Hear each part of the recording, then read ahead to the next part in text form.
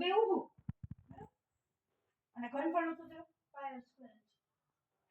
શંકુ વક્ર સપાટી હા વેલું છે શંકુની વક્ર સપાટી પાય l પાય l એમાં ત્રાસી ઊંચાઈ આવે ને ત્રાસી ઊંચાઈ આવે પાય l અને કુલ સપાટી પાય l + પાય r સ્ક્વેર વર્તુળનો ક્ષેત્રફળ ઉમેરી દેવાની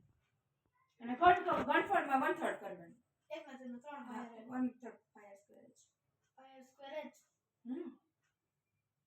આમાં છે ને શંકુ વક્ર સપાટી હોય ને l લાગે ઘનફળ હોય ને ઊંચાઈ પછી લંબઘનનું પૃષ્ઠફળ તો 2l 2b બધાની આગળ lb ઈ તમે લંબાઈ પહોળાઈ ઊંચાઈ લંબાઈ બધામાં આગળ બે પછી પાર્શ્વ હોય ને પાર્શ્વમાં શું થાય પાછળનું એટલે પહોળાઈ ઊંચાઈ બે વખત આવે આગળ પાછળ આવે વત્તા ઊંચાઈ લંબાઈ ઘનફળ તો lbh પછી સમઘન હોય ત્યારે શું કરવાનું 6 બાજુ છે